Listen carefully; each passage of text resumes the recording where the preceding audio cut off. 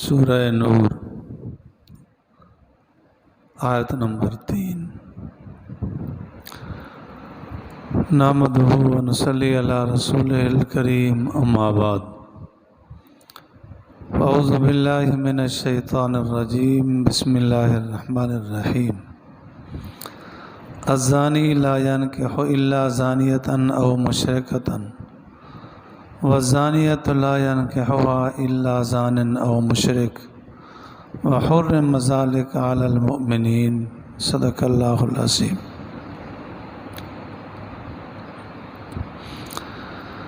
दूसरा हुक्म बयान हो रहा है। अल्लाह रब्बुल आलमीन इरशाद फरमाते हैं, अज़्ज़ानी ज़ानी आदमी नहीं निकाह करेगा मगर ज़ानिया से या मुशरिका से, और ज़ानिया औरत नहीं निकाह करेगी मगर ज़ानी मर्द या मुशरिक से। और हुर्रिम ज़ालिका, और ये हराम करार दिया गया है मोमिनीन पर। अल्लाह रब्बुल आलमीन इस आयत पाक में मिजाज बता रहे कि नेक आदमी होगा तो वो नेक रिश्ता तलाश करेगा, अगर बदकार है बदमिजाज है तो उस तरह का रिश्ता तलाश करता है। ज़ानी आदमी है तो उसका मिजाज और मकसद यही है कि कोई बदकारा मुझे मिले, अयाश हो फहाश हो। बापर्दा तो उसे चाहिए नहीं, नेक औरत तो उसे चाहिए नहीं, तो उसका मकसद यही होगा कि इस किस्म की औरत हो। हदीस पाक में आता है कि आप अलैहिस्सलाम मक्का से मदीना मुनव्वरा तशरीफ़ ले गए, सहाबा वहाँ तशरीफ़ ले गए, हिजरत कर गए। तो एक सहाबी हज़रत मुर्शिद रज़ी अल्लाह ताला अन्हु जब मदीना मुनव्वरा गए तो उनकी एक औरत से रग़बत हुई, खुन्नाक नाम था। वो इस तरह की बदकारा थी। आप अलैहिस्सलाम से इजाज़त चाहिए कि मैं उससे निकाह कर लूँ, तो हुज़ूर अलैहिस्सलाम ने फरमाया मुनासिब नहीं है, ऐसा ना करो। तो यह आयत पाक उतरी। वो रुक गए। उनका जहन ये था कि अगर इस तरह के जहन की है तो वो तरगीब देंगे, ठीक हो जाएगी। सोच भी अच्छी है। कुछ लोग इसलिए निकाह करते थे ऐसी औरतों से कि कमाई का जरिया बनेंगे, बदकारी कराएंगे, पैसा जमा करेंगे, काम चलेगा। इस मिजाज से निकाह करते थे। तो अल्लाह रब्बुल आलमीन फरमाते हैं जिस सोच का लोग आदमी होगा वो उस तरफ ही जाएगा। बाकी ये न समझना कि अगर ज़ानी आदमी है पाक दामना औरत से निकाह कर ले तो निकाह नहीं होता। नहीं, ऐसी बात नहीं। निकाह तो हो जाएगा, गवाह मौजूद हैं, है मुसलमान, निकाह हो जाएगा। इसी तरह की औरत जैसे मिजाज के होते हैं, जैसे मैं अर्ज कर रहा हूँ, एक रिसाला है मेरा हज़मतुल लिहिया, दाढ़ी के बारे में है। उसमें मैंने एक वाक़या नकल किया और तस्दीक शुदा वाक़या कि एक बारात कराची गई।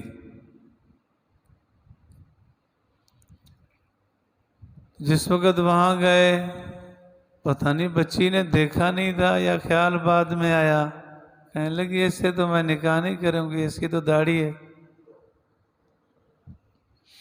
दाढ़ी वाला मुझे नहीं चाहिए। ऐसे मौके पर सारे माशाल्लाह मुशीर भी बन जाते हैं, मुफ्ती भी बन जाते हैं। तो उससे कहने लगे यार दाढ़ी मुंडा लो, कोई अर्ज नहीं, फिर आ जाएगी, फिर रख लेना, कोई बात नहीं। अब ये बदनामी होगी, यहाँ से बारात खाली जाए तो क्या होगा, ऐसा नहीं होना चाहिए। सारे कहने लगे दाढ़ी मुंडा लो मुंडा लो। उसने कहा अच्छा ठीक है जी, चलो मैं आता हूँ। वो वहाँ से निकला, माशाल्लाह पक्का मुसलमान था। बजाय हजाम के वो स्टेशन पे चला गया, ट्रेन पे बैठा और रवाना हो गया पंजाब की तरफ। वो बैठे इंतज़ार करते रहे।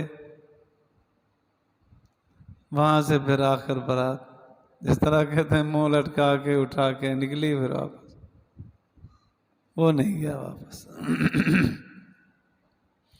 ये तो वापस चले गए घर। घर जाके बताया कि वो दुल्हा दुल्हन आ रहे। उसने दाढ़ी की लाज रखी तो अल्लाह ने मदद क्या की, लाहौर पहुंचा। वहां से फिर एक मस्जिद में गया, सर्दी का मौसम था। एक सफ में लिपटा मस्जिद के दूसरे कोने तक, सर्दी से बचा के लिए। तो वहाँ के एक इलाके के सरदार को आप अलैहिस्सलाम की ख्वाब में ज़ियारत हुई। आप अलैहिस्सलाम ने फरमाया तेरी बच्ची जवान है, फलां मस्जिद में इस तरह एक सफ में लिपटा हुआ आदमी लेटा होगा, उसको दे दो। वो गया, इसी तरह तलाश करता हुआ पहुंचा, देखा तो वाकई ऐसा था। उससे कहा कि इस तरह का ख्वाब मैंने देखा है, मैं तुम्हारा निकाह कर देता। निकाह किया। तो मिजाज की बात है। उन्होंने कहा दाढ़ी वाला मुझे नहीं चाहिए। जब उसने कहा कि दाढ़ी वाला मुझे नहीं चाहिए, दाढ़ी पसंद नहीं है, उससे वैसे निकाह भी नहीं होना था, क्योंकि वो तो काफिर हो गई। दाढ़ी का जो इनकार कर दिया। शायर इस्लाम में से किसी चीज का इनकार करने से इस्लाम नहीं रहता, ईमान नहीं रहता। तो अल्लाह ताला मिजाज बता रहे हैं, बदकार औरतों के साथ निकाह ना करना बेहतर है। करेंगे कहाँ तक कंट्रोल कर सकेंगे। अजानी लायन के हो इल्ला जानियतन, जानी नहीं निकाह करेगा मगर जानिया से या मुशरिका से। वजानिया, और जानी औरत नहीं निकाह करेगी मगर जानी आदमी से या मुशरिक से। वहुर्र मजालिका, हालांकि अल्लाह ने इसको हराम करार दिया है, जिना को हराम करार दिया है मोमिनीन पर। और हुक्म आया तीसरा, वल्लदीन यरमून अल मुहसनात, और वो लोग जो इल्ज़ाम लगाते हैं, तोहमत लगाते हैं मोहसनात पर। सुम्मा लम यातू बि अर्बाअत शुहदा, फिर वो नहीं ला सकते 4 गवाह। फजलिदूहुम समानीन जल्दा, मारो उनको 80 कोड़े। वला तकबलू लहुम शहादतन अबदा, और ना कबूल करो उनकी गवाही कभी भी। व उलाइका हुमुल फासिकून, ये लोग फासिक हैं। मर्द हो या औरत, किसी मर्द या औरत पर जिना का इल्ज़ाम लगाए, किसने जिना कराया, तो शरीयत कहती है 4 गवाह चाहिए।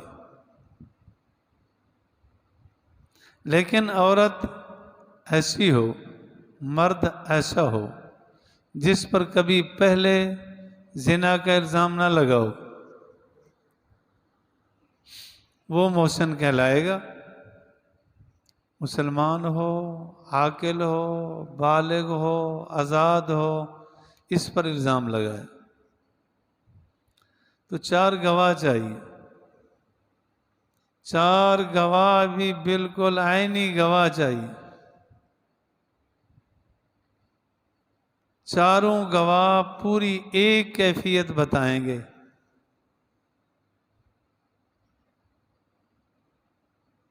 अगर किसी को बैठा देखा, किसी के साथ खड़ा देखा, बातें करता देखा, इससे जिना साबित नहीं होगी।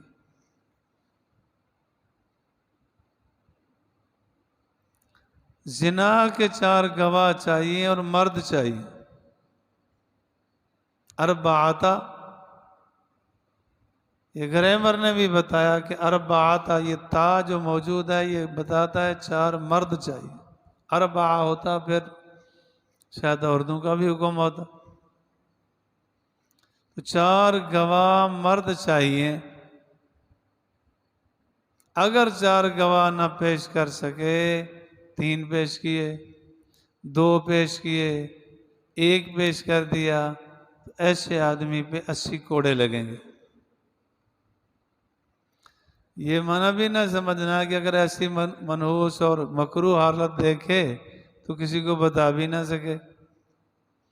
बताए लेकिन लफ्ज जिना ना कहे, लफ्ज जिना ना कहे। कहे कि मैंने मकरूह हालत में देखा है, ना पसंदीदा हालत में देखा है। अब काजी समझ जाएगा, वो सजा देगा जो देगा, खाली ना छोड़ा जाएगा। तो सजा तो होगी होगी। हदीस पाक में आता है कि जो औरत बदकारी करवाती है,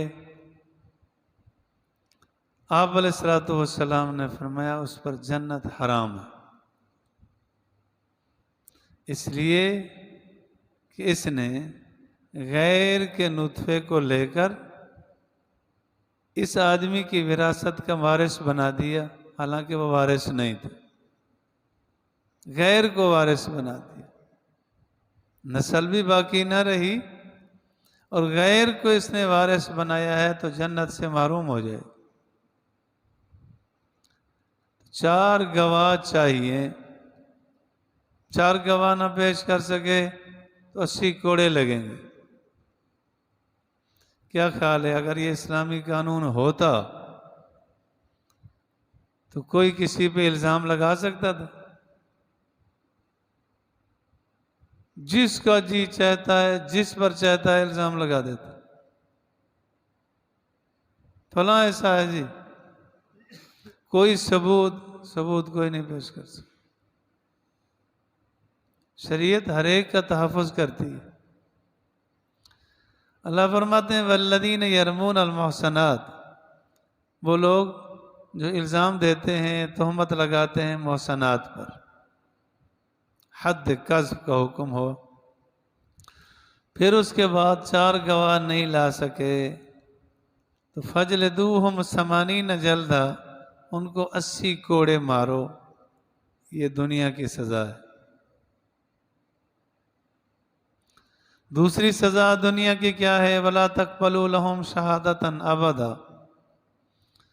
उनकी गवाही कभी भी कबूल नहीं होगी। उलाइका हुमुल फासिकून, अल्लाह ने इनको सर्टिफिकेट दिया कि ये फासिक लोग, कि दूसरे पे इल्ज़ाम लगाया। अल्लाह रब्बुल आलमीन की नज़र में सारी कायनात को बर्बाद कर देना आसान है, अल्लाह की नज़र में किसी पर इल्ज़ाम लगाना दुश्वार है। लेकिन कैसे लगाते? बगैर परवाह किए इल्ज़ाम लगा दिया जाता। इल्लल्लज़ीन ताबू, मगर वो लोग जिन्होंने तौबा की मिन बाद ज़ालिक, इसके बाद। इसमें उलमा का, अइम्मा का कुछ इख्तलाफ है कि तौबा करने के बाद गवाही मानी जाएगी नहीं मानी जाएगी। कुछ अइम्मा तो इसी पर हैं कि अल्लाह ने शहादतन आबादा के अल्फाज जो फरमा दिए कभी भी नहीं मानी जाएगी। बेशक तौबा भी कर ले गुनाह माफ़ हो जाएगा, तौबा से गुनाह माफ़ हो जाएगा, लेकिन गवाही नहीं मानी जाएगी। कुछ आइम्मा कहते हैं कि जिस वक़्त तौबा कर ली तो अल्लाह ने उसे माफ़ कर दिया, फिर वो ठीक हो गया, अब उसकी मानी जाएगी। तो मामलात में उसकी तौबा कबूल तो हुई, लेकिन उसकी गवाही नहीं सुनी जाएगी। अस्तगफिरुल्लाह अज़ीम। इल्लल्लज़ीन ताबू, मगर वो लोग जिन्होंने तौबा की, मिन बाद ज़ालिका, इसके बाद, व अस्लहू, और इस्लाह कर ली, गुनाह से बच गए। फ़इन्नल्लाह गफ़ूरुर रहीम, बेशक अल्लाह बख्शने वाला रहम करने वाला है। अल्लाह तो वसी करीम ज़ात है, बड़ी ज़ात है, माफ़ करने वाली ज़ात है। तो अल्लाह ताला से आदमी तौबा करे तो अल्लाह माफ़ फरमा देता है।